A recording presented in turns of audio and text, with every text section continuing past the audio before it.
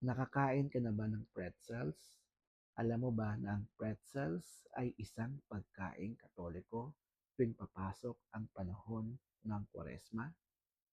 Noong 600 AD, ipinagbabawal ng ating simbahan tuwing Kwaresma ang pagkain ng karne, dairies at itlog.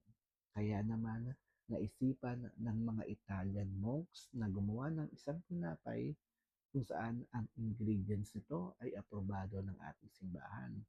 Gamit-gamit nila ang harina, tubig at asin. Nakagawa sila ng tinapay na pretzels o tinawag din nilang pretiola. Ang ibig sabihin, little rewards. Bakit little rewards? Dahil ibinibigay nila ito sa mga bata sa tuwing sila ay nagdarasal ng tama.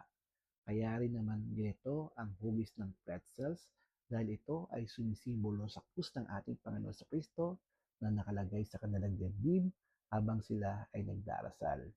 Binibigay din nila ang mga pretzels sa mga mahihirap, nagugutom, at nagpa-fasting gaya nila.